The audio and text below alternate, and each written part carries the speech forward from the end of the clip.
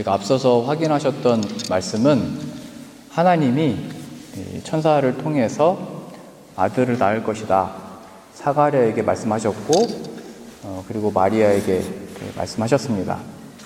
근데 우리가 확인하셨듯이 처음에는 우리가 나이가 많은데 어떻게 그런 일이 있을 수 있습니까? 마리아는 내가 아직 처녀인데 아직 남자를 알지 못하는데 어떻게 그런 일이 있을 수 있습니까? 라고 했던 이 사람들이 이제는 예수님을 통해서 성령 충만함을 받게 됨으로 인해서 이제 높이고 찬양하고 경배하는 그 고백의 내용이 오늘 담겨져 있게 됩니다.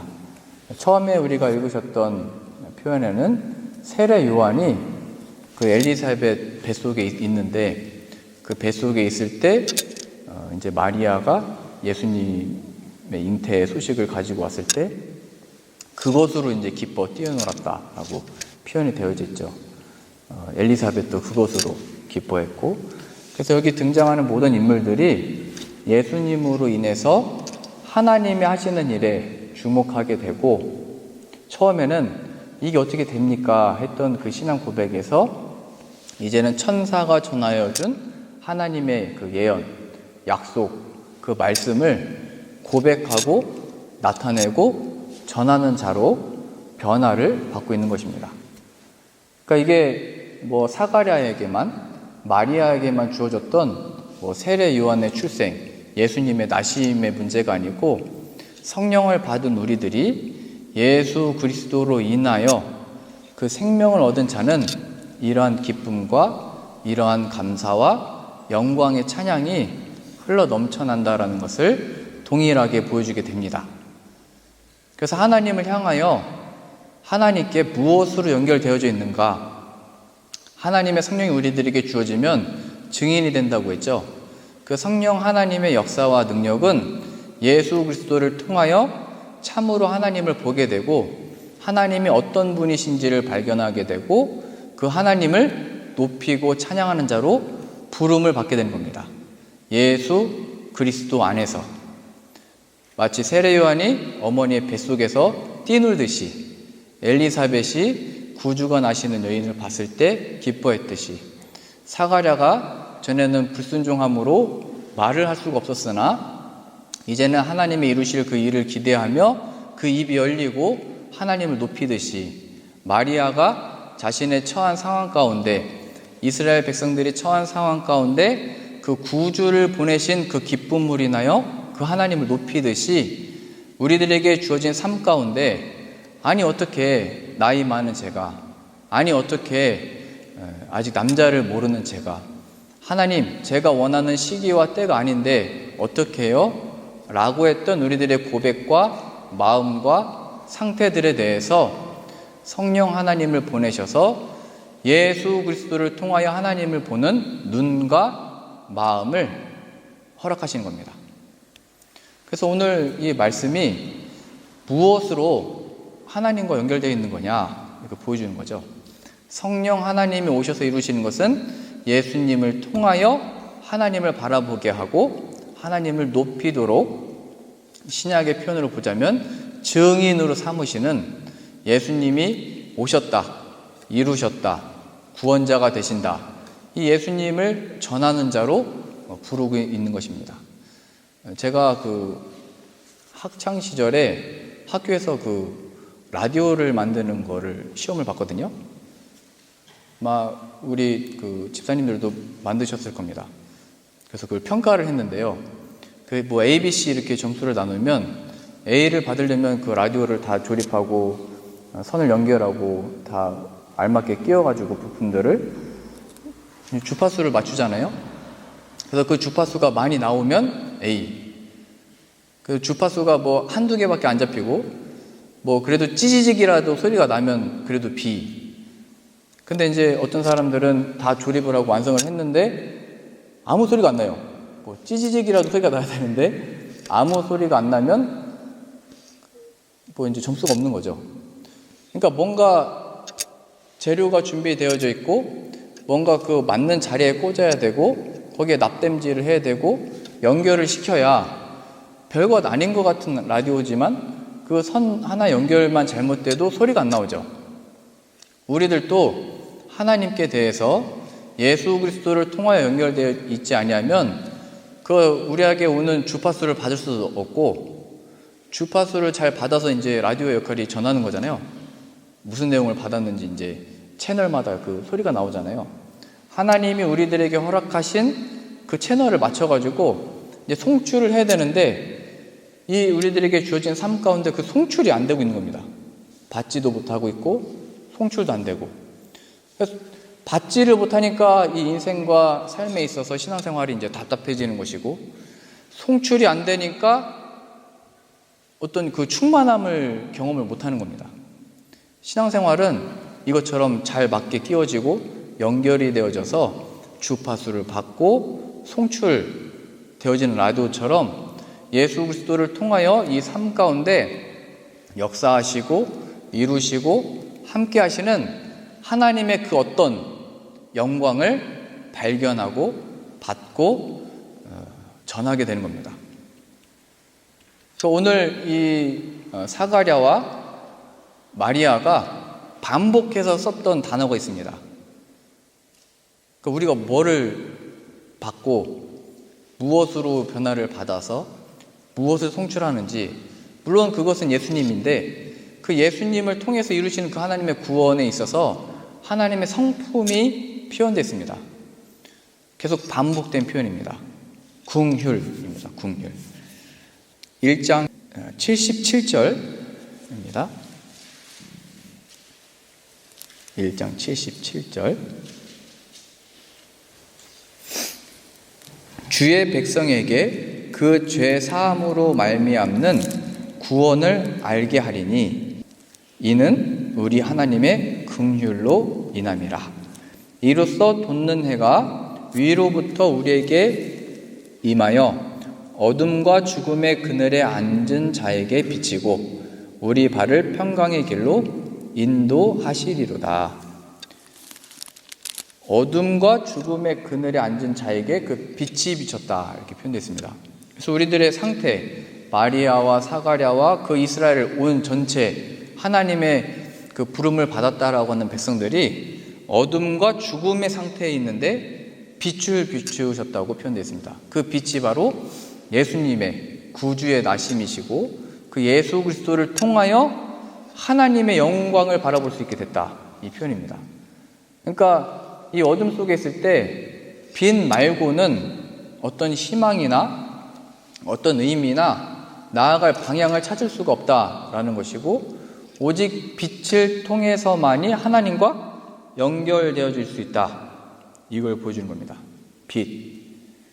그러니까 이 어둠과 같고 우리의 어떤 답답함과 어떤 신앙생활의 충만함을 느끼지 못할 때 그 빛의 비추임을 받아야 되는데 그 빛이 바로 예수님이라는 겁니다. 우리들에게 주어진 삶 속에 하나님을 찾고 구하고 그 은혜를 얻기 위해서 막 여기저기를 다니잖아요. 근데 하나님이 빛을 비추셨는데 그것이 다른 것들이 아니고 산을 넘어야 되는 게 아니고 강을 건너야 되는 게 아니고 바로 빛을 비추셔서 우리에게 임하시는 예수 그리스도를 믿으라, 이 얘기입니다. 그 빛을 통해서만이 하나님의 영광이 일 수가 있고, 그 빛은 예수님을 통한 하나님의 영광을 아는 그 빛은 하나님의 긍휼로 인함이라. 하나님이 자신의 백성들을 긍휼히 여겨주시고 자비로 대하시고 은혜로 대하셨기 때문입니다. 그래서 이 긍휼이라는 표현은 은혜를 받은 자만이 쓰는 표현입니다. 우리가 어떤 처지에 있었고 이런 처지 가운데 하나님의 베푸신 그 마음과 행실로 인해서 표현하는 겁니다. 이 구원은 하나님이 비추신 이 빛은 하나님의 긍휼로 인함이라. 긍휼은 많이 우리가 얘기를 들어봤잖아요. 성경에서는 이 긍휼을 설명할 때 뭐로부터 출발을 하냐면 약속, 말씀, 계약으로부터 출발합니다. 구약도 하나님의 주신 말씀이잖아요. 한 약속. 신약도 하나님의 우리에게 주신 언약, 약속, 우리식으로 얘기하면 계약입니다. 하나님과 인간 사이의 약속. 처음에는 그거 먹지 말아라 이거였죠. 그리고 인간이 범죄한 이후에 율법을 더 주셔서 이것 하지 말아라, 이것 해라 라고 하는 또 법을 주셨죠. 그리고 그러한 구약의 역사 속에서 아들을 허락하시고 메시아를 보내실 것을 약속합니다. 그래서 아브라함부터 시작된 복을 주고 구원을 받고 이 하나님의 나라가 펼쳐질 것이다 라고 하는 그 약속. 내가 거룩하니 너희는 거룩해라. 내가 너희를 제사장 나라로 삼았다. 그런데 이스라엘은 그걸 실패했던 거죠. 국률이라는 단어가 이제 여기서 나오는 겁니다. 서로의 이 계약, 약속, 말씀에 묶여 있는 건데 사실은 우리 인간이 그것을 따르지 않아서 우리가 서로 계약서를 썼을 때 그 계약서를 따르지 않으면은 그냥 파기되는 거잖아요. 그리고 뭐 위자료를 물고 잘못한 사람이 뭔가를 이렇게 갚아야 되잖아요. 뭔가 이 계약을 맺었을 때 하나님으로 보자면 인간으로부터 어떻게 보면 옳은 일을 행하지 않았으니까 파기가 될 수도 있고 그 일을 행할 이유가 없는데 하나님은 그 일을 이루셨다는 거예요. 국률이 거기로부터 오는 겁니다. 출애굽기 32장 7절부터 보겠습니다. 출애굽기 32장 7절. 여호와께서 모세에게 이르시되 너는 내려가라. 내가 애굽 땅에서 인도하여 낸 내 백성이 부패하였도다. 그들이 내가 그들에게 명령한, 여기 되어 있죠? 명령한 길을 속히 떠나 자기를 위하여 송아지를 부어 만들고 그것을 예배하며 그것에게 제물을 드리며 말하기를 이스라엘아 이는 너희를 애굽 땅에서 인도하여 낸 너희 신이라 하였도다. 여호와께서 또 모세에게 이르시되 내가 이 백성을 보니 목이 뻣뻣한 백성이로다. 그런즉 내가 하는 대로 두라. 내가 그들에게 진노하여 그들을 진멸하고 너를 큰 나라가 되게 하리라. 이 하나님의 약속과 말씀과 계약 안에서는 내가 이렇게 진멸하는 게 마땅하다. 이 나라를 멸하는 게 마땅하다. 내가 거기에 진노를 내리는 것은 맞는 것이다. 왜냐하면 그들이 이것을 어겼기 때문이다. 이렇게 나오죠. 11절입니다. 모세가 그의 하나님 여호와께 구하여 이르되 여호와여 어찌하여 그 큰 권능과 강한 손으로 애굽 땅에서 인도하여 내신 주의 백성에게 진노하시나이까. 오히려 모세가 하나님께 왜 그러십니까? 그 큰 권능으로 출애굽을 시키셨는데 왜 이제 진노를 내리려고 합니까? 12절입니다. 어찌하여 애굽 사람들이 이르기를 여호와가 자기의 백성을 산에서 죽이고 지면에서 진멸하려는 악한 의도로 인도해 내었다고 말하게 하시려 하나이까. 주의 맹렬한 노를 그치시고 뜻을 돌이키사 주의 백성에게 이 화를 내리지 마옵소서. 13절입니다. 주의 종 아브라함과 이삭과 이스라엘을 기억하소서. 주께서 그들을 위하여 주를 가리켜 맹세하여 이르시기를 내가 너희의 자손을 하늘의 별처럼 많게 하고 내가 허락한 이 온 땅을 너희의 자손에게 주어 영원한 기업이 되게 하리라 하셨나이다. 여호와께서 뜻을 돌이키사 말씀하신 화를 그 백성에게 내리지 아니하시니라. 그래서 황금 송아지를 만들었던 이 이스라엘 백성들에 대해서 하나님은 진멸하고 멸하시려고 했는데 그 화를 거기다가 쏟아내시려고 했는데 모세가 이제 중보를 거죠. 약속하시지 않았냐고. 그럴 거면 뭐라고 여기 출애굽 시켜서 이 광야에서 죽게 만들어가지고 하나님의 이름이 야 하나님의 택한 백성이라고 했는데 여기 광야에서 죽게 하시려고 출애굽을 시키셨다. 그런 조롱거리로 만드실 겁니까? 하나님이 아브라함과 이삭과 이스라엘, 야곱에게 하신 이 약속을 기억하시기를 바라고 그 약속하신 것을 이루어야 될 거 아닙니까? 여기서 다 멸하시면 어떻게 하십니까? 그래서 여기 나온 국률이라는 것은 계약을 했는데 약속을 했는데 하나님과 우리의 어떤 그 관계가 있는데 그 속에서 우리가 먼저 범죄함으로 하나님의 심판을 받아 마땅하지만 하나님이 하신 약속으로 인해서 멸하지 아니하시는, 심판하지 아니하시는 하나님의 마음입니다. 그 하나님과 약속을 깬 그 결과, 그 책임과 그 형벌을 우리들에게 돌린 게 아니고 그 아들에게 돌려버린 겁니다.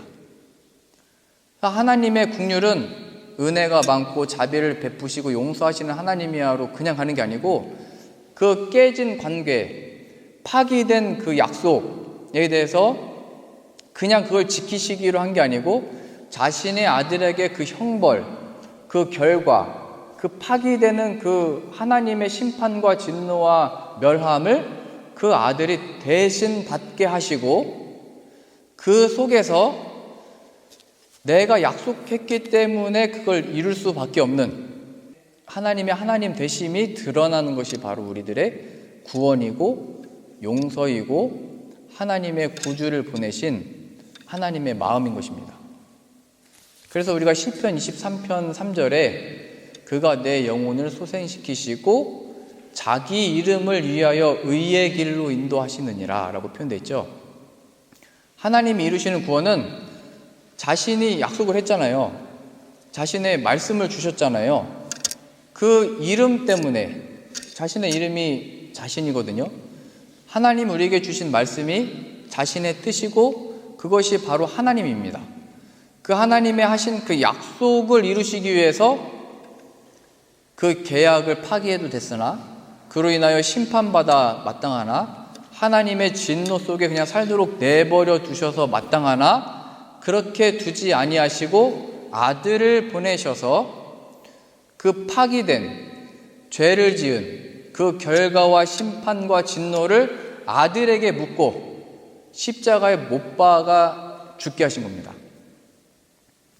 그러니까 하나님의 긍휼로 인하여 기뻐한다는 것은 그래서 예수님을 통하여 연결되어져서 하나님의 긍휼하심과 구원하심과 역사하심을 발견하여 노래하고 찬양하게 되는 겁니다.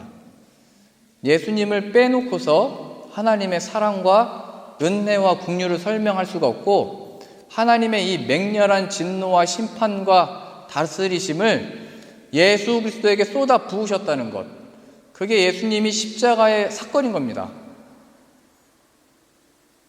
십자가에 매달리도록 내주신 겁니다. 그냥 죄 용서해 줄게 이게 아니고 그 약속을 지켜내시고 이루시기 위하여 아들까지도 아끼지 아니하시고 십자가에 내주신 겁니다. 그러니 그 하나님의 긍휼과 사랑과 그 영광을 알기 위해서는 예수님께로 가야 되는 겁니다. 그래서 예수님도 이 땅에 오셨을 때 늘 얘기했던 것이 너희들이 먹는 것 때문에 나를 찾아온다. 병고침 때문에 나를 찾아온다. 귀신 쫓아내는 것으로 인하여 나를 찾아온다. 그러나 영생을 위하여 믿는 것을 구해라. 그게 뭡니까? 어떻게 하는 것이 영생을 얻는 그 양식을 얻는 겁니까? 나를 믿는 게 곧 하나님의 일이다. 내게로 와라. 누구든지 목마르거든 내게로 와서 마셔라. 그래서 예수님은 오셔가지고 늘 내게로 와라 말씀하신 건데 그의 제자들과 사람들은 함께 했던 사람들은 그의 행하시는 기적들과 권능을 보면서 메시아라고 생각을 했지만 예수님의 함께 하심을 그 의미를 몰랐던 겁니다. 내가 바로 이 죄와 그 고통을 끊어낼 능력을 나에게 주셨다. 그 권능을 내게 주셨다. 그러니 내게로 와라고 말씀을 하신 건데 예수님을 통한 그 어떤 것들을 바라다가 바로 예수님의 십자가의 사건 앞에서 다 드러나 버린 거죠. 하나님이 예수 그리스도를 통하여 참된 구원과 긍휼을 베푸시려고 했는데 인간들은 그 의미들을 몰랐고 예수님이 함께 계신다는 것이 무엇인지를 발견하지 못했던 겁니다. 그 속에서 성령 충만함을 받았던 사람들은 세례 요한과 같이 사가랴와 같이 마리아와 같이 그 예수님의 나심으로 인하여 기뻐하고 즐거워하고 그 영광을 노래하고 나타내고 우리들에게까지 이렇게 주어지게 된 겁니다. 그래서 오늘 이 말씀을 통해서 그 하나님의 긍휼이 예수님을 통해서 하나님의 약속을 지키셔야 하는 자신의 이름 때문에 베푸신 그 하나님의 긍휼인데, 그게 어떻게까지 영광스럽게 표현되어 있냐면 로마서 8장 31절입니다. 그런즉 이 일에 대하여 우리가 무슨 말 하리요? 만일 하나님이 우리를 위하시면 누가 우리를 대적하리요? 자기 아들을 아끼지 아니하시고 모든 사람을 위하여 내주시니가 어찌 그 아들과 함께 모든 것을 우리에게 주시지 아니하겠느냐? 누가 능히 하나님께서 택하신 자들을 고발하리요? 의롭다 하신 이는 하나님이시니 누가 정죄하리요? 죽으실 뿐 아니라 다시 살아나신 이는 그리스도 예수시니 그는 하나님 우편에 계신 자요 우리를 위하여 간구하시는 자시니라. 누가 우리를 그리스도의 사랑에서 끊으리요? 환난이나 공고나 박해나 기근이나 적신이나 위험이나 칼이랴. 기록된 바 우리가 중일 주를 위하여 죽임을 당하게 되며 도살당할 양같이 여김을 받았나이다 함과 같으니라.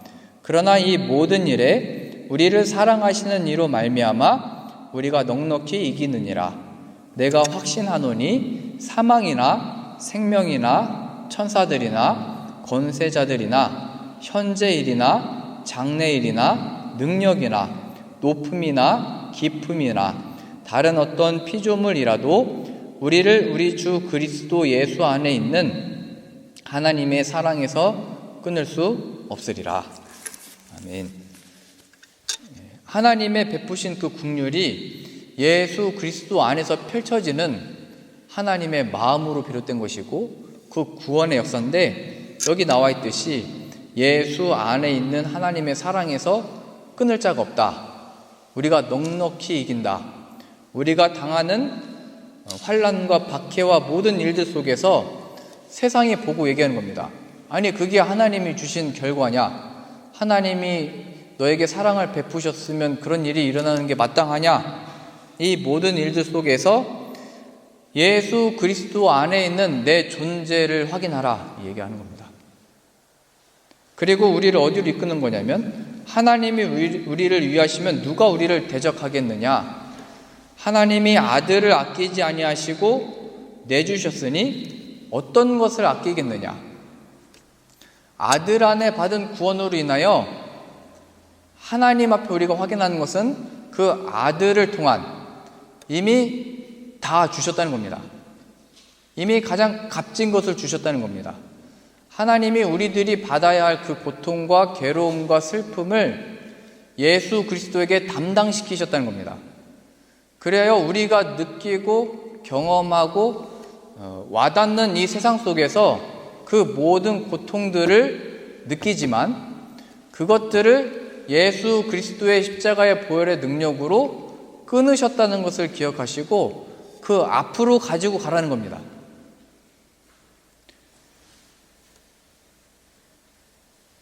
자기 아들을 아끼지 아니하시고 우리 모든 사람을 위하여 내주시니가 어찌 그 아들과 함께 모든 것을 우리에게 주시지 아니하겠느냐? 누가 능히 하나님께서 택하신 자들을 고발하리요? 의롭다 하신 이는 하나님이시니. 하나님과의 약속, 그 계약 속에 우리는 그것을 지키지 않았으나 그 약속을 파기하는 자와 같이 마음을 먹고 살아갔으나 하나님은 그러한 우리들을 돌이키고 부르시고 변화시키기 위하여 아들을 보내셨고 그 아들에게 그 모든 형벌과 진노를 내리셨다는 겁니다. 그래서 우리들이 당하는 그 모든 고통들을 이것이 하나님의 심판인가 하나님의 진노인가 하나님의 앞에 뭔가를 잘못했나로 가는 게 아니고 그 심판과 진노를 내려버리신 십자가로 가지고 가는 겁니다. 나의 이 모든 죄로부터 시작된 이 고통, 우리의 모든 선조들과 조상들이 그 고통을 받아왔거든요. 그게 무슨 고통이냐면 어떠한 상태를 받고 안 받고의 차원이기보다 거기에 매여 있고 자유할 수 없는 모든 인간들의 상태입니다. 우리들이 주어진 상황으로 인해서 하나님을 선포하고 높이고 경배하도록 부르심을 받았는데 우리들에게 주어진 이 처지와 상황들은 높일 처지가 아니고 높일 수 없는 상황들인데 그것에 다 매여 있는 거거든요. 근데 하나님은 그 가운데 예수 그리스도를 통하여 연결되어져서 설명되어지고 하나님의 긍휼하심이 무엇인지를 그 속에서 고백하고 찬양하도록 만들어 버리신 겁니다. 사가랴로 보자면 아니 이걸 좀 더 젊은 날에 허락하셨으면 나에게는 그게 기쁜 소식이고 사람들에게도 말할 텐데 그래서 말 못하는 자가 되어버리잖아요. 하나님이 입을 다물어 버리게 하셔가지고 하나님의 이루시는 일은 내가 원하는 때와 시간과 그 역사에 있지 않다. 너가 가진 능력은 다 끊어진 것 같으나 내가 이루는 거다. 그거를 나타나게 하시려고 그 다음에 성령을 부어주셔서 그 하나님의 긍휼을 나타내고 있는 거잖아요. 우리들에게 허락하신 이 상황과 순간들 속에 이 상황 속에 하나님 어떻게 높입니까? 우리의 대적 마귀와 원수들과 세상도 우리를 비난하고 조롱하고 그것이 무슨 하나님의 사랑이고 하나님의 부르심이며 하나님의 섭리며 인도하심이냐. 내 상황과 조건과 처지를 봐라. 또 너의 삶의 태도를 보니까 그러하고도 하나님의 자녀라고 말할 수 있느냐? 라고 하는 모든 공격들 속에 누가 정죄하리요? 죽으실 뿐 아니라 다시 살아나신 이는 그리스도 예수시니 그는 하나님 우편에 계신 자요 우리를 위하여 간구하시는 자신이라. 누가 우리를 정죄하리요? 우리의 그 모든 죄와 형벌을 대신 받으신 이가 예수 그리스도이시니 이 모든 정죄와 공격과 핍박과 환난 속에 예수 그리스도에게로 피해라 얘기하는 겁니다. 이게 피할 바위이고 산성이라고 얘기하는 겁니다. 예수 그리스도. 이건 뭐 비겁한 게 아니고 하나님이 그 라인을 주신 겁니다. 연결점을 주신 겁니다. 하나님의 은혜와 영광과 긍휼을 찬양하는 방법으로 주신 겁니다. 한 길 예수 그리스도입니다. 그래서 우리들에게 주어지는 죄와 하나님 앞에서의 이 계약의 파기와 그러한 범죄함이 뭐냐면 그 다른 모든 것들이 아니고 다른 주어진 결과들이 인한 어떤 설명들이 아니고 예수님께로 가지 아니하는 우리들의 고집입니다. 그게 무슨 방법입니까? 내가 살아가는 이 삶 속에서 그게 무슨 설명입니까? 내게 주어진 처지 속에 그 예수님이 무슨 구원입니까? 이런 상황 속에 두셔가지고 그게 다 이런 표현들입니다. 환난이나 공고나 박해나 기근과 적신과 위험과 칼 속에 해를 당하는 그 속에 두셔가지고 그리스도의 사랑에서 끊을 수 없다는 것을 고백하도록 그게 바로 하나님의 긍휼하심으로 인한 예수 그리스도 안에 나타난 하나님의 긍휼이다를 찬양하도록 두신 겁니다. 사망이나 생명이나 천사들이나 권세자들이나 현재일이나 장래일이나 능력이나 높임이나 기쁨이나 이게 우리가 다 매여 있는 거잖아요. 사냐 죽으냐 그게 우리의 문제잖아요. 현재일, 장래일 어떻게 될까 이게 우리들의 관심이잖아요. 거기에서 자유할 수 있는 사람이 어디 있어요? 그런데 예수 그리스도 안에서 그것을 다 하나님께 맡겨버리게 되고 예수 그리스도에게로 피하게 되고 예수님을 통하여 하나님의 긍휼하심으로 인하여 세례 요한은 나서 순교를 당하거든요. 참수를 당하게 됩니다. 그런데 그는 그에게 허락되어지고 주어진 그 상황 가운데 태중에서부터 뛰어 춤춘 겁니다. 하나님을 알게 된 겁니다.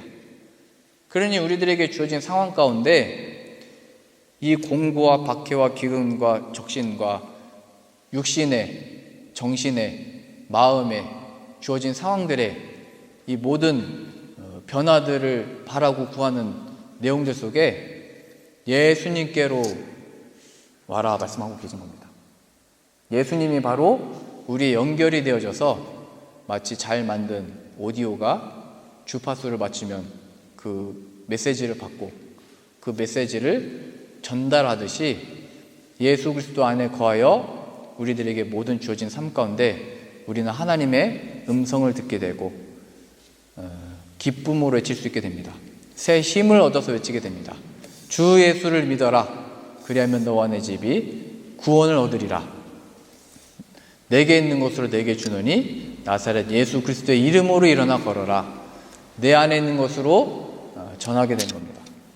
그러니 우리들에게 주어진 모든 삶과 인생 속에 그 설명과 삶의 의미들을 또 찾는 중에 또 우리들에게 주어지는 모든 답답함과 어려움들 속에 우리가 겪었던 모든 과거들 속에 하나님이 빛을 비추지 아니하시면 우리 아까 말씀에 표현됐듯이 어둠과 죽음의 그늘에 앉아있는 것과 같은 느낌과 감각과 마음에서 벗어날 수 없습니다. 그러나 한 빛, 구주를 보내셨다는 것을 기억하셔서 이 모든 고통과 괴로움과 죄의 결과들을 하나님이 십자가를 통하여 멸하셨다는 것을 기억하고 그 예수님을 더욱더 찾고 구하고 바라며 믿는 저 여러분들 다 되실 수 있기를 바랍니다.